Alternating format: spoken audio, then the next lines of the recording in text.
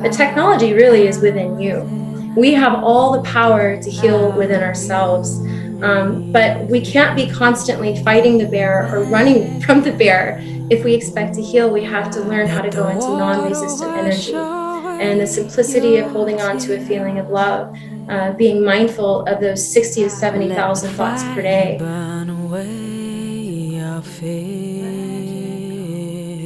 Hi, and welcome to the Awakening series. My name is Kimberly Archuleta. Today we have an amazing guest as we bring brilliant minds together. Her name is Kimberly Ceballos. She is a BioRegenisis Specialist, quantum healer, and holistic medical aesthetician.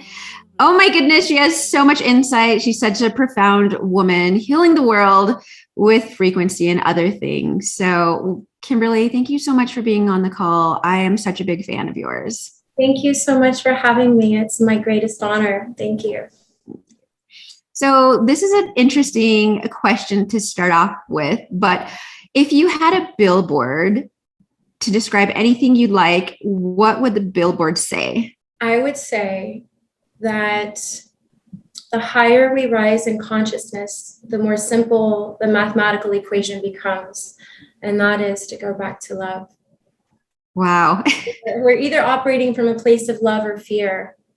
And the details don't always matter so much. Just go back to love. We could just go back to love, hold that compassion, that love in our hearts. Love is our greatest shield. It is our greatest tool.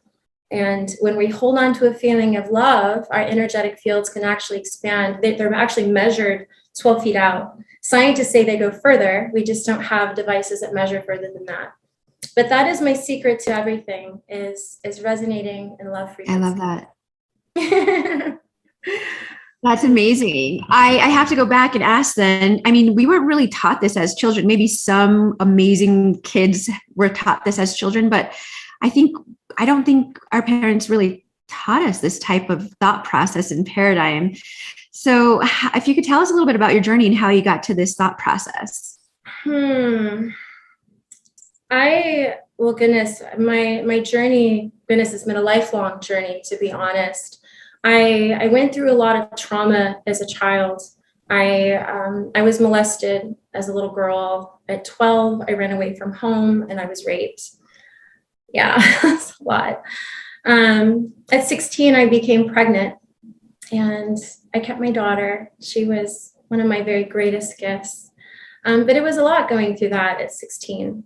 I ended up getting married at 16, and that marriage ended. And I went through a lot of emotional trauma, and I found myself not feeling worthy. And it's interesting how when you've experienced so much trauma and that becomes your norm, the bar becomes so low for what you tolerate. We only tolerate what we feel we're worth. And I didn't really have the tools how to navigate through that. I have a very, very loving mother, and she did the very best that she could. But like you said, we're not, our parents weren't given these little guidebooks and, at how to help your children transmute dark to light, or to be able to go through these painful processes and learn how to look through a new lens. And so I did the very best that I could. I was very studious. I had grades going for me and all of those great things. But after 7 years of marriage, that marriage, ended. And I found myself in one relationship after another, that was just frankly not healthy. And I didn't fully love myself. And it's just interesting when I look back. Physically, I did all the right things. I over the years, I noticed that I developed different autoimmune issues. And I thought, well, it's because I'm a mother, or it's because, after having kids, or, stress of life, or working hard, or all those things. And I used to joke and say that I was the unhealthiest, healthiest person I knew. And the one thing I didn't realize was how that stress was affecting me, right? And we know that 90 to 95% of all diseases due to stress. And, there's 3 different types of stresses. There's physical stress, environmental stress, and then there's the emotional stress. And usually when we get sick, we deal with the environmental part and we say, okay, I'm going to clean out my cupboards. I'm going to, get rid of all the toxins in my home, or, chemicals I'm cleaning with. We might address the physical stress by saying, I'm going to get more sleep. I'm going to start exercising. But the one thing we don't normally deal with or address is the trauma and the emotional stress. And so for years, I struggled with that. And I went in and out of even depression. And I really didn't understand the connection between the two. So there was that. And then also I had breast implant illness that for years, I did not realize that so many of my symptoms was that. And so I was doing everything that I could to help myself to self-heal. And I actually had done a lot of self-development and reading all the books that I could and just doing my very best to get what information that I could. But I still wasn't at a place in my life that I really, really brought it all together. And it wasn't until a few years ago that my sister had brought this to my attention, another close friend of mine, about breast implant illness. And I thought to myself, oh gosh, I don't know if I can take that dive. Like I'll be deformed. And I was so afraid. But when I saw the courage of these other women reclaiming their bodies, it gave me the courage to do that. And I thought, okay, this is the one thing that I haven't tried.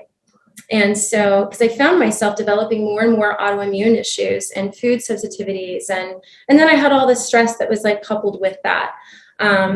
So anyway, I had those implants removed and I could not believe the shift of consciousness that I felt.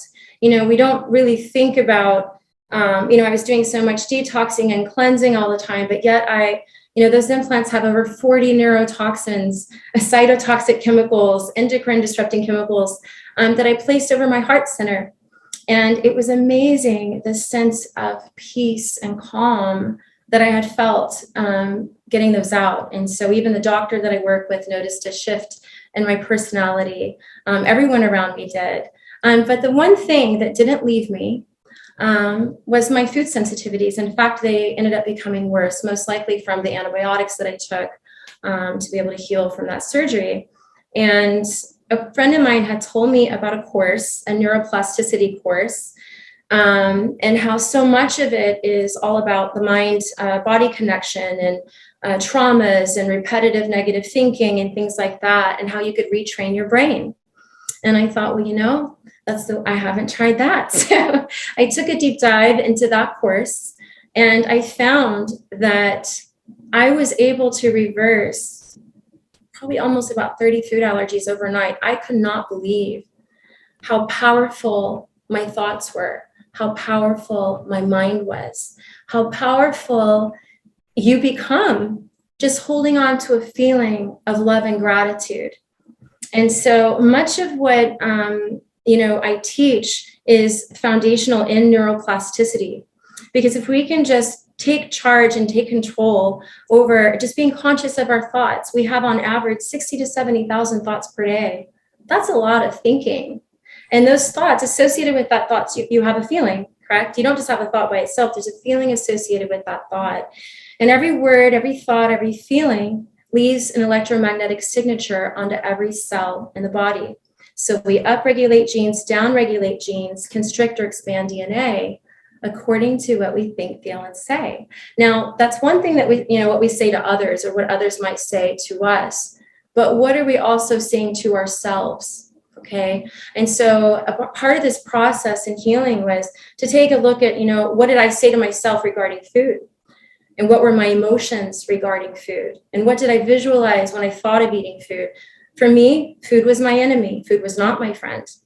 I was fearful of eating. I felt embarrassed about whatever reaction I was going to have. It was very stressful to go out to eat with friends. Some of my friends thought I was a hypochondriac. And what I learned is that your limbic brain, which is your emotional brain, that's the part of your brain that responds to fight or flight, when it's been in panic mode, when it's constantly fighting the bear or running from the bear, it doesn't say, wow, this is a great time to heal and rejuvenate myself. So I was in a constant limbic loop. And my body, even though I removed all of these toxins that seemingly triggered my food intolerances, the limbic brain, even though the danger is gone, sometimes it doesn't know when to stop firing. And I learned how a lot of that is also based upon constantly reliving past traumas. And, I didn't really like it when people would say, you're quite the victim. I had gone through a lot in my life, and I'm not proud to say this, but I'm also not embarrassed to say this, but I actually tried to commit suicide twice in my life. I tried to take my own life because I thought I must be too much of something or I'm not enough of something. And I had gone through so many prior traumas in my life. And I thought that the way others treated me had everything to do with me, even though people told me that it didn't. And I constantly was in my head reliving these traumas. And I was constantly visualizing and talking about how sick I was all the time. And I had absolutely no idea how I was creating more of that. Because not only are we creating that electromagnetic signature within our body, we're also broadcasting to the universe what we think, feel, and say too. So whatever resonance you're holding within you, that's what determines what we're bringing in. And so it was really quite interesting how, I had to develop a whole new relationship and a new feeling and thought process around food. And so the course teaches you how to hold on to a feeling of love and gratitude to bring you back into theta brainwaves. And so ultimately, like with the technologies that I use today, which this is, one of them right here, I guide my clients. I combine the neuroplasticity that I've learned with going into the field of scalar. And scalar is an energy that holds consciousness and carries information. It's an oscillating energy field of electric and magnetic waves. And so our thoughts are electric and our feelings are magnetic. So that's how it's responding to our consciousness. And the one thing I want to say is that you don't need this technology to heal. You don't need this technology. The technology really is within you. We have all the power to heal within ourselves. But we can't be constantly fighting the bear or running from the bear. If we expect to heal, we have to learn how to go into non-resistant energy. And the simplicity of holding on to a feeling of love, being mindful of those 60 to 70,000 thoughts per day. I chose that the course teaches you to take an hour a day to hold on to, those positive feelings and to create a visualization of what you do desire. Say an affirmation as if it is so, and, basically just resonate in that feeling, and you can start sending new messages to the body that way. But I thought to myself, you know what? I don't want to just practice this. I want to become it. I want to embody it. And so I made a choice that as I was walking throughout my day, I started out as much of my mind chatter out with, I'm so happy and grateful that. And I would look around me. And even if you think your life is terrible, we have 10 fingers, hopefully. We have 10 toes, 2 walking legs to get me to where I'm going. The sky is blue. I've got clean water to drink, clean water to bathe my body in, a roof over my head. And so I started to generate, instead of focusing on all of these traumas, I started to generate a feeling of gratitude and love. And it was so interesting to watch my body change. And so one of the things that I guess I would say that I love the most is teaching people how to step into their power, how to overcome a lot of these ailments or these physical issues that they have. And they don't realize it. I didn't realize it. I was creating so much of it for myself. And not only that, but how to teach people how to create their own reality and become a deliberate creator. So Wow. I can get super, super deep into the process. It's a lot. But yeah, it's really amazing how powerful we are. So basically you're a biohacker. Yes, I am a biohacker. That is true. And, and with biohacking, there's all these fun devices, but, the temple of heaven exists within. And so many people talk about ascension, but it's truly ascension. If we can activate and harmonize our chakras, and clear distortions within our energetic fields and encode new information, we can actually activate dormant strands of DNA, and we can really step into our full human potential where, what seemingly seemed impossible becomes possible, and what we thought of as superhuman is really just becoming more human. When we see people that have these supernatural like gifts, we all have that ability. It's just a matter of attuning and calibrating to that, right? So yeah, and just being aware of how powerful our thoughts are. Where we place our attention is where we place our energy. And one of the things, after I took this course, I also took a week-long advanced course with Dr. Joe Dispenza. And that's where he teaches you how to collapse wave. Then you really feel superhuman. And you start to realize, wow, we live in a matrix. We really, really do. And, what is in our vibrational offering will be matched to us. Like, it's the law. It's the cosmic law. And so the simplicity of just becoming so happy and so joyful and only speaking words of that in which you desire, watching your life change just from that alone. And you don't have to have a PhD or, a degree in college to be able to do this. I don't have a degree, but I can speak quantum morphogenetic physics like nobody's business. So yeah, I mean, it's amazing what we can achieve. You are so inspiring, from embodying this mindset to now helping and healing people. I just wonder who truly inspires you. Okay, well, the very first person who inspires me, I would like to say, is my mother. My mother, she was the youngest of 14 children, and she had 5 of her own, and I'm the baby of 5. And the one thing I tell anyone is that if there's anything anything good that you see in me, it's because of my mother. And she's the one who, I remember going to school each day, and she'd be reading her Bible. And she would say, remember, above all things, love is most important. And it's so funny. You're like, okay, Mom, thanks. As we're walking out the door. But that's so funny how, that became me. And I watched her, how loving and how giving she was. And, so she is my biggest role model. But yeah, I mentioned Dr. Joe Dispenza, Greg Braden, Dr. Bruce Lipton. I've had the honor of spending quite a bit of time with Dr. Bruce Lipton. He is so phenomenal. He's so amazing. And I actually told him I love his lecture, The Biology of Belief. He has a book and a lecture that you can watch on YouTube. It is absolutely fascinating. And I told him how, I remembered, and I remembered one part of it. Well, I remember all of it actually, but one part that really stuck in my mind, he said, we only age because we believe we're supposed to. And I thought that was so interesting. And when he met me, he was surprised that I was a grandmother. And I told him, I said, listen, I really embodied your work. He said, you really, really did. But, one of my favorite affirmations is, I'm so happy and grateful that my cells continue to go back into perfect formation. The body follows the mind. And so yeah, that's one of the things that we laughed about, when I met him. So yeah, that's wonderful.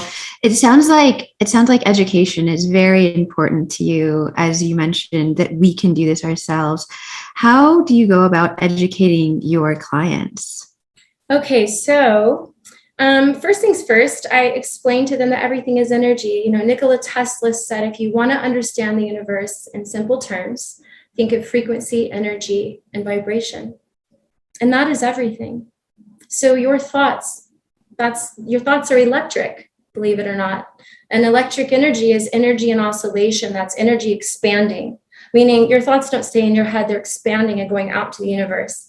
They're measurable through brain mapping. You can actually measure your thoughts, right? And with those thoughts, we have feelings, right? And feelings are magnetic. That's energy and vibration, or energy and contraction, pulling that back to your personal being and your personal reality. So the thought is going out and the feeling is coming back in. So the first things first is helping them to be mindful of those thoughts and those feelings, right? And understanding there's a divine intelligence that exists within us and all around us that's continually responding to what's in our, either oscillating or vibrational offerings, right? So we're always offering energy to the world and to our own bodies. It's continually responding. So that's the first step that I explain to them. And also we have more than one body. We have our spirit body, our energetic body, and our physical bodies. And most modern medicine will address just the physical body. But 90 to 95% of all disease is due to stress, and they're not addressing the distortions we get within our energetic bodies. And so consciousness, we have what's called subtle organized energy fields within our energetic bodies that have an intelligence, where you can eat an apple and you don't stress out about where those nutrients are going to go. that divine intelligence within you will pick and pull what it needs to go where, right? Well, we can even get distortions in these energetic fields from chemtrails, EMFs, medications, drug use, but also negative thinking, negative feeling, negative, speaking. All of those things create distortions within the energetic field. New science is showing that we're made up of almost 99% water. And water holds consciousness and carries information. So we have to be mindful of what we're thinking, feeling, and saying, because it's leaving an imprint onto our physical bodies. We know that geologists could take out these huge ice cores, and they can study these ice cores and tell you what happened a billion years ago based off the information that water holds. Scientists more recently were thinking of using water droplets for microchips because water holds so much information. And the work that Dr. Emoto did shows us how you can actually imprint thought into water and change the molecular structure of that water based on thought. And not just thought, but even sound and frequency. Mozart looks very different onto a water molecule than heavy metal does. I hate you looks very different than I love you. And you can go look it up online and see the photos. And when you see what that does and understanding that we're made up of mostly water, you're like, wow, what am I saying to myself? So many times we look in the mirror and we pick ourselves apart. We watch ourselves aging or gaining weight or things that we don't like. And, things that we would never say to someone else, we say to ourselves. And a part of the healing process is learning to speak lovingly and kindly to yourself. So that's part of the process. The other process in helping clients heal is teaching them neuroplasticity and understanding how do we become who we are today. We have 100 billion neurons in our brain, and each of those neurons are connecting to 250,000 other connecting neurons.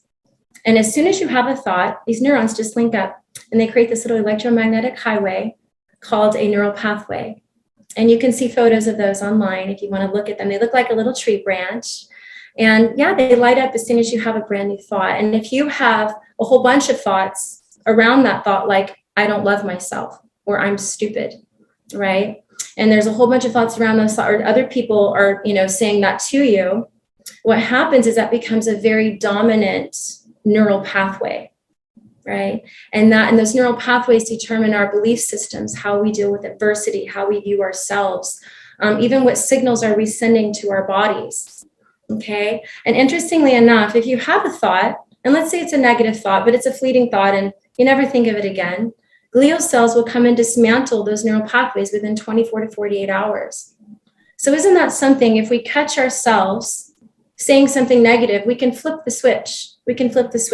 But, the majority of our neural pathways are actually formed your first 7 years of life. And our first 7 years of life, we're in theta brainwaves. Right now, we're in our beta brainwaves, right? We're in our thinking brainwaves. But when you're a child, first 7 years, we're in theta brainwaves. So we know children are very, very impressionable. The Jewish community has a saying, give me a child till they're 7, I'll show you a man, because they knew they could indoctrinate, right? And our children are watching. And this is a little booklet that I wish every parent had that we could create. That's something I need to work on, something here in the future. But yeah, so children are watching and they're observing and they're learning. And, those neural pathways determine whether or not you're even prejudiced. And it's so interesting because you can be raised around prejudiced parents. And as you become an adult, you may know that that's not the kind thing to be.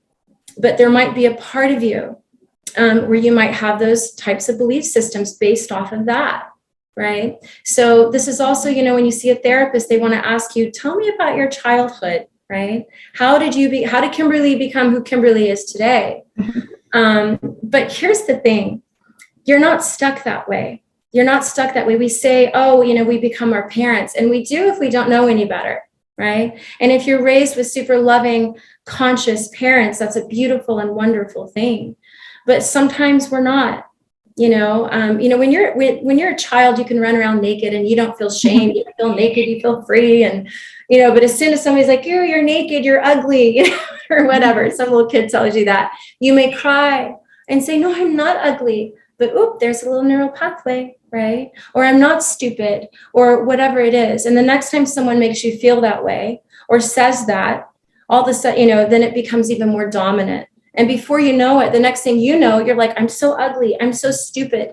And this is how we become, who we are. This is how that happens, right? So if you can imagine a little boy watching his drunk father beat his mother, and he may hide behind the bed and he may cry and say, I'm never going to be that when I get older. Well, what happens, as he watches the abuse for year, after year, he becomes that which he hates the most, and he ends up becoming his father, and he roughs up his girlfriend or becomes an alcoholic. This is how these dysfunctions even happen. We've all been in toxic relationships before where, we break up with someone and they come back to you and they say, please, please, please give me another chance. That's not who I truly am. I want to be a place of love and safety for you. And you give that person a chance again. And what happens? Usually they can only maintain this new behavior for about 2 days to 2 weeks. Right. And the reason why they go back to who they were is because of those dominant neural pathways. So one thing to be mindful of is a lot of people say, well, I want to change. I don't want to be this way. I don't want to stay this way. And they try and they try and they try. And before they know it, they go right back to who they were. The key is you have to go back into theta brainwaves. Now, the technology I work with will bring you into theta brainwaves. And that is a mechanical way of getting there. But what I want to share is that you don't need this technology. The simplicity, yet again, of holding on to a feeling of love and gratitude instantly will bring you into theta brainwaves. Isn't that amazing? Right before you fall asleep, you're in theta. Right as you wake up, you are also in theta. So I teach all of my clients, be mindful of what you fall asleep to at night. Are you watching a scary movie? Are you watching something stressful? Are you listening to stressful news? I personally love to fall asleep listening to someone that inspires me. Some type of YouTube video that I can learn from. One of your podcasts, Kimberly. Thank you. Because you're actually creating new neural pathways. You have to be in theta to create a new neural pathway. So if you notice that you have this negative trait, and I'm using such an extreme example, but they can just be negative traits of like, I don't love myself. I'm not enough. I'm not worthy. Those things that so many of us can walk through, each day feeling. It's the undertone, of all that we are, what we do. We can actually create new neural pathways that create a whole new state of being. So meditation is one of them. We must go into non-resistant energy. And so many people, and I was one of them because I'm a Virgo, and my mind is like all over the place. It's like the hamster wheel constantly.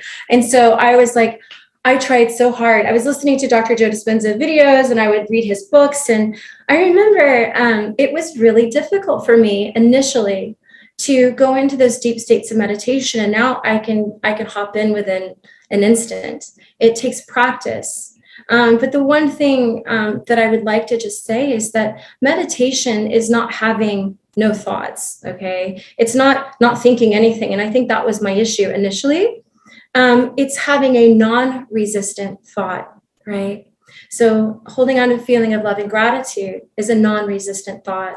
You can love your job, right? And you can love your daily life, but you got to go here, you got to do that, you got to, call such and such. And that's resistant thinking, right?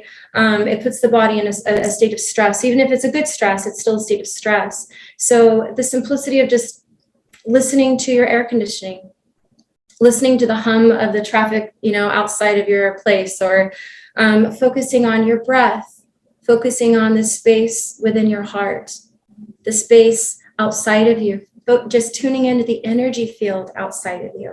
It's so interesting how these are thoughts that can bring us into theta, into non-resistant energy. And we can actually send new messages to the brain that will create new messages going out into the universe and to our bodies. So this is basically how it works. Yeah. So the first step number one, hold on to a feeling of love and gratitude, right? To become a deliberate creator, we must meet the creator where the creator is at. Well, what is God? God is love, and love is God. Einstein wrote a beautiful letter to his daughter, Lazarelle, and it was all about that. And it's so true. One of the most brilliant minds in the world, he got it. He got it. So when we hold on to love and gratitude, remember our energetic fields can be measured 12 feet out. So now our radio receiver is set to the divine, right? Our little antennas are up. Now from there, create a thought of what you do desire, right? Thoughts are energy and oscillation, energy expanding. And then I'm going to hold on to a feeling that matches that thought, right? So if I have a desire of perfect wellness, what is the feeling? How would I wake up in each day? And I hold on to the feeling as though it's already happened. Not that one day I'm hoping or it's far off into the distance. No, it is now. How would I wake up each day? Would I have a little more pep in my step? Yes, I would, right? If the money is in my bank or the lover's in my bed or the car's in my driveway, whatever it is that I desire, I must match the frequency of that in which I desire, right? And then I must match it with my words. So I must have conscious languaging, right?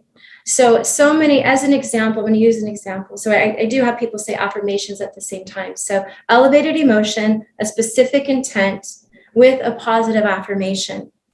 That will actually create new signals to the body, new neural pathways in our brain, and create a completely different energetic field. And when we shift the energetic field within, we shift how the energetic field outside of us is responding to us.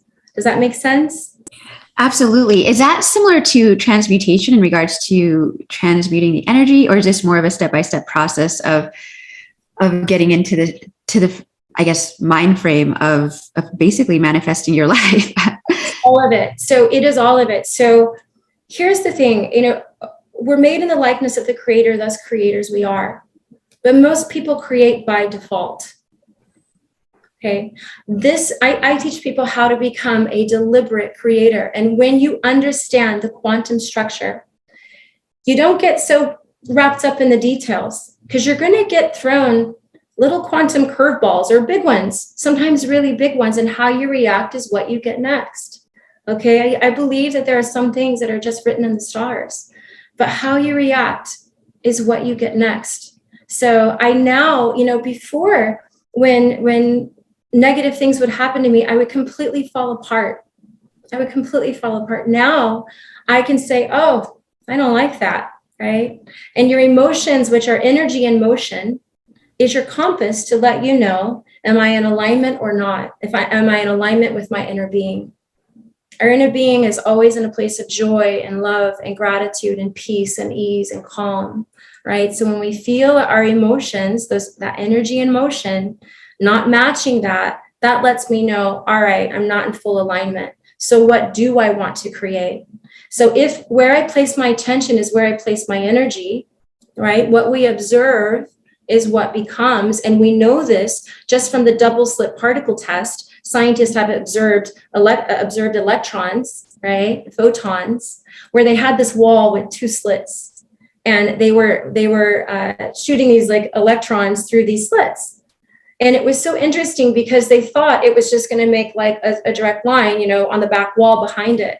But instead, these electrons were splitting off, and one was going this way and one's going that way. And it created this, erratic pattern.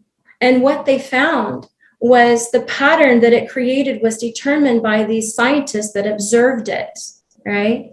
So if I get tripped up off these little blips in life, or whatever it is that life throws at me, more of that I will have, right? If I look through the lens of a victim and I speak words of being a victim I shall be, the universe says, okay, then we will give you life circumstances and people to make you feel that way. And the same thing with the body, because the body follows the mind. Everything is consciousness. So everything around us, crystals, like our bodies, like the trees, like everything is holding consciousness, and everything is responding to what's in our vibrational offering. So, now instead of falling apart, I just say, all right, what am I grateful for in this here now moment? Right. I went through breast implant illness as an example. And when I had my implants removed, everyone said, you're going to be deformed. And I have some very well-known doctor friends that said, yeah, you're going to need reconstructive surgery. There's no way that you can heal that. And I said, well, I believe I can heal with my mind. And it wasn't easy. And taking that journey was not for the faint of heart, especially as a woman. and I did look deformed when they were first out, but I would hold my breast in my hands. And before I recalled how I used to curse my body, my stupid body, why does my immune system act this way? And little did I know, my poor body was just trying to survive what I had placed inside of it. And so I just held my breast in my hands and I said, I love you. I love you. Even though I look this way, I'm so happy and grateful that I'm finding my way back to health. I'm so happy and grateful that I feel more ease and I feel more calm. And I would envision how I wanted my breast to look, right? I held on to the feeling. And I would say every day I am healing. I am healing. My cells continue to go back into perfect formation. And do you know, in 4 months, and I sent you pictures, Kimberly, so you've seen it with your own two eyes, my body followed my mind, right? Dr. Joe Dispenza teaches us that thoughts are the language of the brain, feelings are the language of the body. So how we think and how we feel create our personal state of being. So if you are thinking happy thoughts, the body will start producing chemicals and hormones to make you feel the exact way you were just thinking. And as we have this repetition of that, the body then becomes the mind. And people are not aware how powerful their feelings are, right? You can have a thought of something you desire. Let's say on the quantum radio station of life, I had a desire of having healed breasts, right? Or breasts that look normal, or let's just say beautiful breasts, okay? And on the quantum radio station of life, beautiful breasts are 101.1. But if I keep tuning in, that's a thought, right? And a desire. But if I tune into the feeling of, oh my God, I'm deformed and no one's ever going to want me, and I keep saying those words, right? Well, where's the quantum entanglement? Even Einstein said, match the frequency of what you desire. There is no other way than to get it. It's just the law. This is the cosmic law. It's the way, there's no separation of God, spirituality, and the science. It's just the way God created the quantum structure.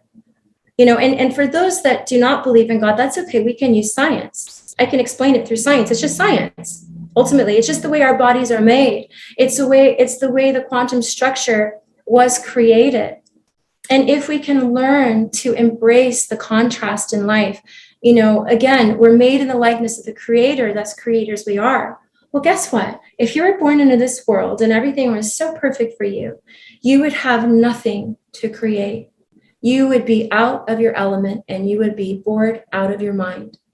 So instead of falling apart, we can learn to embrace it, right? Learning how to bless all that is. And this is another thing I teach my clients, is learning how to look back at these past traumas and say, where was the blessing in that?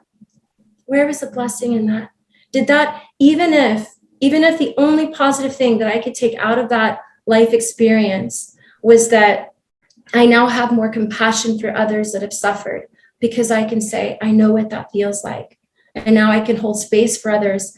If that was the very least, right? Or maybe we can say, because of that painful experience, I now make better choices. Or I learn to love myself more, because we only tolerate what we feel we're worth, right? Learning to bless all that is. And Greg Braden speaks a lot about this, blessing the hurt, right? Blessing the hurt. It's interesting. He has a Cherokee background, and so do I. My grandfather was born. Beautiful. Yes, that's right. We spoke about this. He was born in Tahlequah, Oklahoma, in a teepee, and his father was the chief of their tribe, first U.S. Native American marshal in the United States. And but Greg Braden talked about the Cherokee, how there's a saying called the Shante Ishta, where we look through the single eye of the heart. That when we are in our minds, in our egoic minds, we judge, right? But when we look at life through our heart, there is no right or wrong. There is no good or bad. We just see through the eyes of God, right? And so if we can just go back to our traumas, to those people that have hurt us, right? Because, even Dr. Joe Dispenza will say, goodness, people keep reliving their lives. You walk in the room, you're like, what's wrong with you? Well, I'm in a mood. Really? Why? Well, I'm just thinking about something that happened 10 years ago. And they're still thinking about it. Well, guess what? Your limbic brain does not know the difference between past, present, future, or fictitious. So as we are reliving those traumas again and again and again, and we talk about them and we think of them, and all of a sudden we start getting all this tension in our chest, well, guess what? We're sending signals to all of our cells. And this is how we get sick. Again, 90 to 95% of all disease is due to stress. Unless you were born with it, it's stress, emotional stress. And it's usually one of the last things that we even think to look at. And it was the last thing that I looked at. And that is what gave me, the biggest shift. And truthfully, I mean, look, you saw with your own two eyes what I was able to do with my mind. It's a miracle. It really is a miracle. And that means with anything. It doesn't matter if someone is experiencing cancer. If they keep tuning into the feeling of cancer, they keep speaking of the cancer and tuning into the fear, how are they going to heal? Even Jesus, when he healed people, he never saw anyone in their sickness. He saw them in their wellness. And he would say, go home and be healed and go home and tell no one, right? Because when they would speak of the disease, they would act that he just healed, they would activate it again, right? You notice when you talk about problems, you start getting all this stress in your body. And isn't that amazing? So that is, we can shift our reality. We can shift timelines. We can shift everything by our state of consciousness. So again, holding on to a feeling of love and gratitude. We instantly go into Theta. We're creating an expansive energetic field, right? And I'm sorry, I have to add one other factoid to holding on to love. Because we have an electromagnetic charge in every cell in our bodies, we are like literal light bulbs, literally. Look at two people who are in love, how they glow. A mother who carries a child in her womb, she's not just glowing because she's taking her prenatals. She's glowing because of the most divine love that she has for this child. Right? And when we're holding on to a feeling of love and gratitude, remember, we have a raise of oscillation, a raise of cellular voltage in our bodies, right? And that literally, creates, we actually emit more light. The human body emits near infrared light. It just can't be seen by the naked eye, but we're viewed through night vision goggles and we can see that near infrared light, that little glowing person. We have a light body.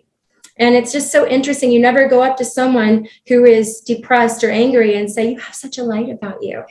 No, we don't. We say that to the happiest of people. And it's the happiest of people that are usually the healthiest ones. And they seem to have all the good fortune because they're creating it for themselves. And they may not even realize or be cognizant of the fact that they're creating it for themselves, but they are. And so regardless of what we're going through, we can shift any reality. So going back to holding on to a feeling of love, create a specific intent, hold on to the feeling that it's already happened and say an affirmation as if it is so. And if you can just remember, we have on average 60 to 70,000 thoughts per day. And if you're walking in a state of love, I literally tell myself, I am pure love consciousness. I am walking love. I literally will chant that to myself all day long and do my very best to just have fun daydreaming about what I do want. And I don't worry about how it's going to come to me. The universe will line up infinity amount of ways for how that thing or lover or whatever it is that you want will come to you, right? And, one other thing I'd like to touch on is heart-brain coherence. We must sync our hearts with our brains. And the reason why that's important, scientists have discovered that we have 40,000 neurons in our heart. And those neurons behave as a brain. So we have what is called a heart brain. And the heart has the strongest electromagnetic field out of any organ in the body, even stronger than our brain, right? So what we feel is actually more powerful than even what we think. Because you can have a thought, oh, I'm going to heal. Oh, I'm going to go make this money, or I'm going to go find that lover. But if you don't tune into the feeling of it and you don't really believe it, your body doesn't believe you and the universe doesn't either. And this is where we must gain control of our thoughts, our consciousness, our minds. And when we remember, the emotions are energy in motion, that's our compass. So when we feel ourselves getting out of alignment, we're going sideways, get vertical again, hold on a second. Let me just take a few moments to take a few deep breaths and just ask yourself, what am I grateful for in this here now moment? What am I grateful for? And start saying your affirmations, tune into what you do want. It's amazing how your whole life, your whole world can change. So I am so wowed by everything you say, and you are complete pure love. Like, speaking to you the past few times on the phone, I honestly can't wait to meet you in person. I am so thankful for your message.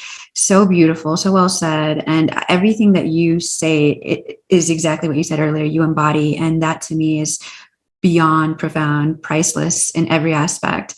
I strive to be something like you, and hopefully with the information that you provided today, others can too.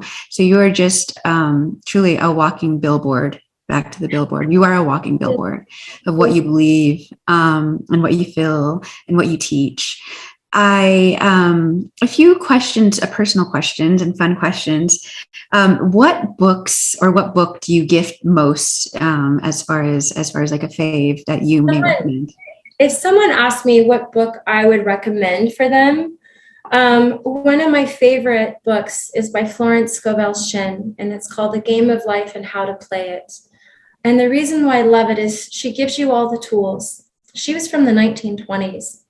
She really knew her stuff. She really understood the quantum structure. But it's a simple read. It's a small read and it's a simple read. So anyone from any walk of life, regardless of your level of education, you don't have to go in. It doesn't go into neural pathways. It's not talking about theta or heart-brain coherence or neurons or any of those things. But it gives you the simple tools. Truthfully, deliberate creation is simple. Humans, we just complicate it. We just make it complicated. But it's really so simple. Again, the higher states of consciousness we go, the more simple that mathematical equation becomes. That is to go back to love. But I just want to add one thing. When you say I embody it, thank you. I do my very best, but I'm not perfect. And I have clients that will say, I get so mad at myself because now I'm over here, or I had a moment. And, even Dr. Joe Dispenza, in his interviews, people ask him, do you react? And he said, yes, I react every day. I just don't stay there. And the same with me. I'm not perfect. I'm still in this human body. I haven't ascended into my rainbow body or a light body or spirit body yet. I'm not there yet. So none of us are perfect. So be loving, to yourself and kind to yourself. It takes 17 seconds to start picking up that quantum speed. So it's one thing to know. It's another thing to know how. So now that we know this stuff, now we know how to get back on track, right? So the emotions, don't ever feel bad about feeling angry or frustrated or fearful or scared. That's allowing us to know, if we're in alignment or not, right? When we pray, that's us talking to God. When we get a hunch or an intuition, that is God talking to us. That is from Florence Scovel Shinn, by the way. And just learning to listen to yourself and just be mindful. So if I could just leave everyone with that, I would feel complete. Absolutely. This has been such an amazing interview. I am so wowed by you, Kimberly, and I can't wait to meet you in person and try out your wonderful, or possibly be a client of yours. But like you said, we can do it on our own, but truly also be a part of your clientele as well. So I just thank you so much for all the work you've done within. You've worked so much on yourself to then be able to give it and provide back this glorious insight. And you can give so many examples. We've talked more about other examples, and you can give so many more because you truly have lived this life. And not a lot of people can say that they have truly lived the life that they've wanted. And your journey is so interesting to where you've kind of grew exponentially because of it, right? So thank you for all of your hard work on yourself. You are phenomenal. And I can't wait to maybe have another interview with you and talk a little bit more about manifesting and love and things like that. I'm so excited about this. I'm just, what's coming to mind as far as the pain and blessing the hurt, I will share one last story. To give an example, some people will say, oh, easy for you, you have everything. And I had a rough life. I didn't have an easy life. Sometimes we, on the outside looking in, no one would ever guess all the things that I might have gone through in my life. But I'd like to use just the example of my daughter. My daughter, she's 28 years old now, but when she was 22, she got locked out of her apartment building in LA and decided to climb up the fire escape to try to get in through the window. And she fell 5 stories, and her injuries were so grave. And I won't go through all the detail, but you can imagine how tragic that was. And in the midst of tragedy, we both found that, we chose to focus on what went right instead of what went wrong.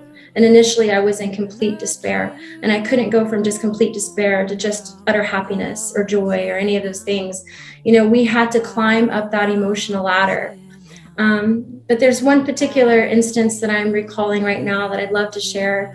My daughter was in the hospital bed and she wasn't able to walk. And, we didn't know if she was even going to have her right foot amputated or not, or she was told she may have to have a colostomy bag for the rest of her life, a catheter for the rest of her life at 22 years old. She went through so much.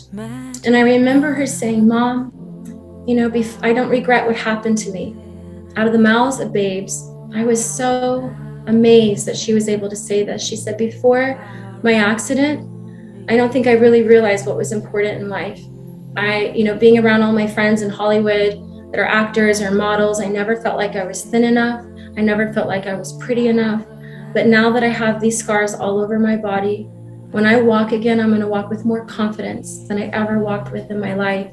And, I share with everyone, there's multiple realities to all realities, right?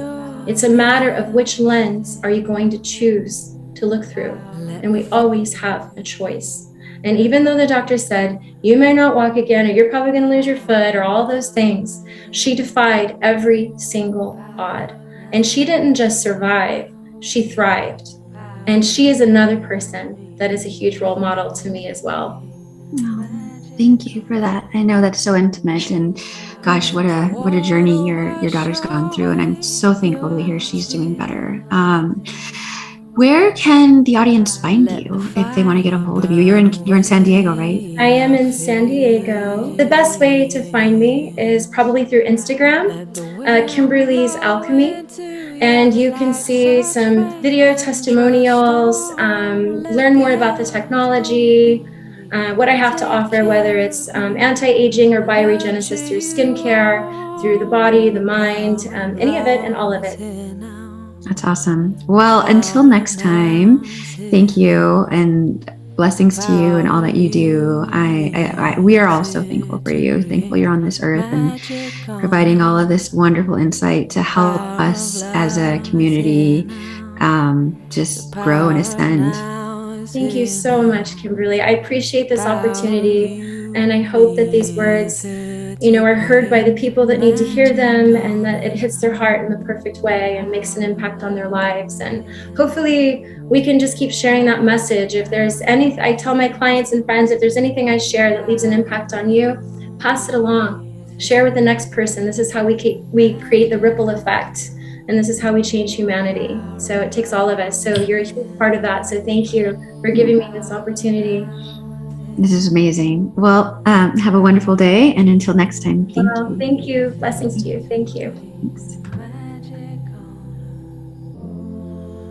Let the water wash away your tears. Let the fire burn away our fears. Let the wind blow into your life such faith and trust. Oh, let the earth hold you, take care of you, nurture you.